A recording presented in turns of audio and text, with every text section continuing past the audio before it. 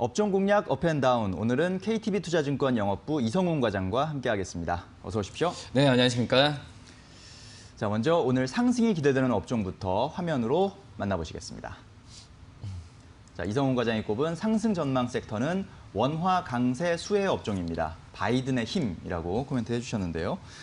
자, 미국 대선이 이제 얼마 남지 않은 상황에서 민주당 바이든 후보의 당선 가능성이 높게 점쳐지고 있고 이것이 이제 원화 강세를 좀 이끌고 있다. 그리고 원화 강세 수혜 업종을 좀 살펴봐야 된다. 뭐 이런 의미이시죠? 예, 우선은 뭐 그 바이든 후보 때문에 원화 강세라기보다도 바이든 후보 때문에 위안화 강세가 되고 있거든요. 네. 그런 상황에서 우리나라의 최대 수출처라고 할 수 있는 이런 중국 쪽에서 영향을 받았을 때 우리나라 원화 같은 경우도 좀 강세를 보여주고 있다라고 볼 수 있는데 뭐 어제 같은 경우에 1146원 8전에 좀 끝났는데 우선 작년 4월 23일에 1141원 정도 됐을 때 이후에 가장 낮은 어떤 환율을 좀 보여주고 있다라고 좀 볼 수 있겠고요. 우선 지금 현재 이 달러 이 환율에 대한 부분에 있어서도 이 1130원대에 대한 1130원대 진입은 뭐 시간 문제라는 얘기가 미국 대선 전까지는 나온 상황이라고 좀 볼 수 있겠고요. 네. 말씀드렸다시피 이제 위안화도 강세를 보이는 상황에서 우리나라도 영향을 볼 수 있겠고요. 뭐 이런 영향이 이제 그 바이든, 그러니까 민주당 쪽에서의 당선 가능성이 많이 높아지면서 역시 뭐 민주당 같은 경우에는 이 재정 정책에 대한 부분에 있어서 돈을 푼다는 입장을 확실히 지금 고수하고 있는 상태고 그리고 이제 바이든 후보 같은 경우에는 단순하게 어떤 부양책에 의한 돈이 아니라 뭐 신재생 에너지나 여러 가지 투자에 대한 부분에 있어서 달러를 푸는 거에 대해서 주저하지 않는 그런 특성을 갖고 있거든요. 뭐 그런 점에서 봤을 때는 이 달러 대비해서 각국의 통화에 대한 가치 부분은 올라갈 가능성이 굉장히 높다라고 좀 말씀드릴 수 있겠고, 이 부분은 이 대선이 끝난 이후에도 지속될 수 있는 환경이기 때문에 당분간 봤을 때는 이 달러 약세에 대한 부분은 피할 수 없지 않을까 이렇게 좀 판단이 되고 있습니다. 뭐 그러기 때문에 뭐 우리나라 최근에 이제 외국인들의 매수세가 좀 많이 들어오면서 이 부분도 이제 뭐 원화 강세 요인이라고 좀 볼 수 있겠는데 뭐 그러기 때문에 지금 우리나라 주식시장에서는 이 원화 강세에 대한 수혜 업종을 찾는 부분에 있어서 지금 다시 한번 좀 고민을 해야 될 시기다라고 말씀드릴 수 있겠고요. 원화 강세에 대한 수혜 업종이라고 본다고 한다면 뭐 전체적으로 봤을 때는 이 수출주들한테는 약간 불리할 작용이 있겠지만은 이 원화 강세에 대한 수혜 업종은 역시 해외에서 이 원자재나 원재료를 수입하는 그런 기업들한테는 일차적으로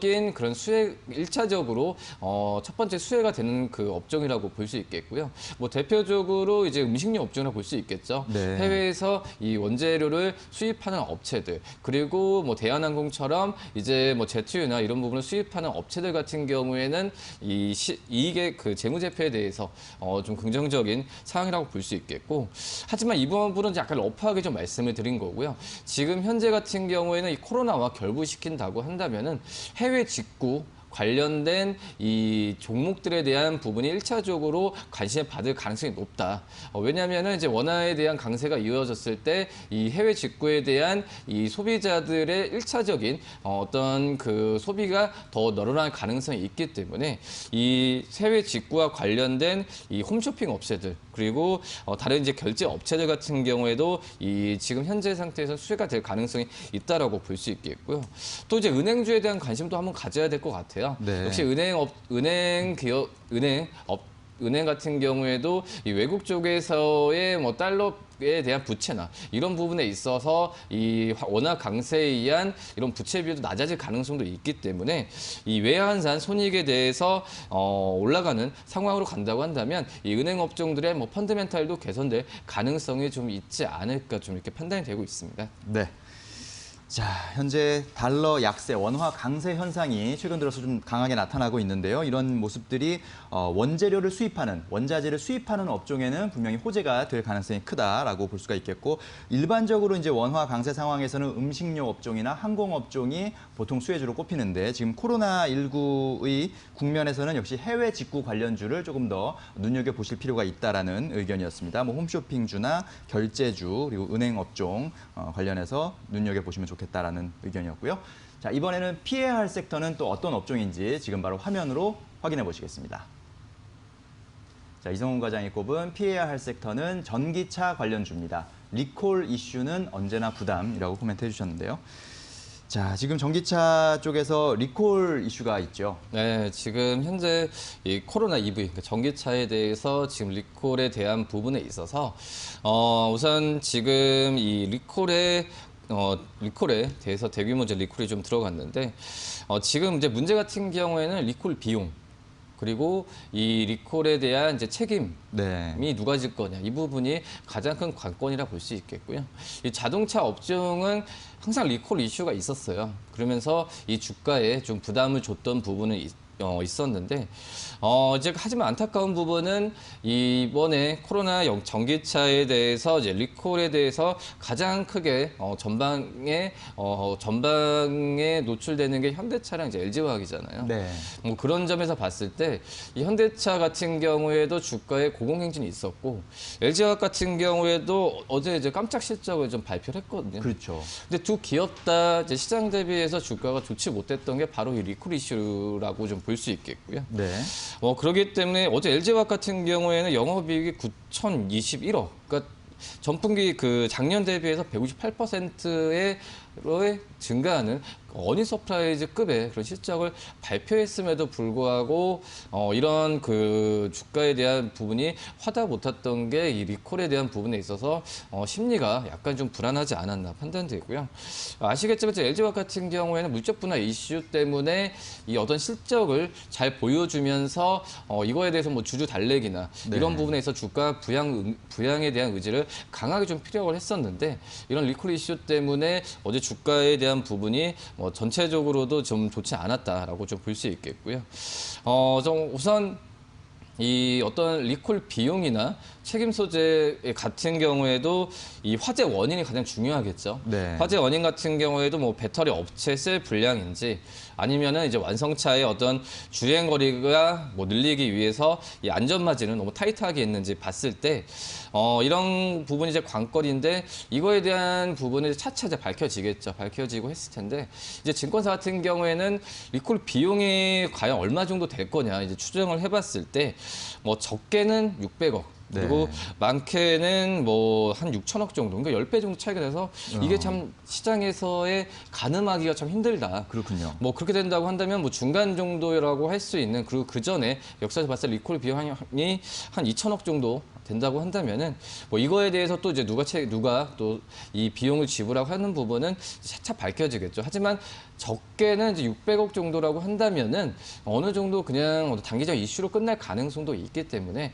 뭐 이 부분은 좀 지켜봐야 된다. 하지만 중요한 부분은 이제 현대차와 LG화학 실적이 잘 나갔다고 좋았고 주가도 좋았는데 이렇게 주가가 이런 이슈 때문에 떨어지게 된다고 한다면 이 펀더멘탈적 부분은 분명히 저평가 구간에 들어가거든요. 네. 그렇기 때문에 이런 이슈가 좀 마무리됐을 때쯤에 이 주가가 현재 주가보다 좀 떨어지게 된다면은 매수 관점으로도 한번 접근해봐도 괜찮지 않을까 좀 이렇게 보입니다. 네. 자, 현대차 코나 전기차의 대규모 리콜 소식이 있었는데요. 그래서 어제 LG화학과 현대차 주가 모두 하락 마감했습니다. 단기적으로 역시 악재가 될 수 있기 때문에 이런 점들은 신중하게 접근하시는 것이 좋겠다라는 의견이었습니다. 자, 그럼 이제 오늘의 공략 종목 살펴볼 텐데요. 어떤 종목 갖고 오셨습니까? 네, 원화 강세 수혜주로서 이제 그 해외 직구에 대한 관심이 높아지고 있다라고 말씀드렸는데 그런 점에서 이제 홈쇼핑 업체 한번 좀 관심 있게 봐야 되지 않을까 지금 생각이 되고 있고요. 홈쇼핑 업체 중에서도 그나마 시장 점유율이 큰 이제 GS 홈쇼핑에 대해서 좀 관심을 가져야 된다라고 볼 수 있겠고 지금 현재 이제 3분기 영업이익 봤을 때도 지금 한 287억, 300억 가까운 영업이익을 이번에 나올 것으로 것으로 좀 판단이 되고 있고요.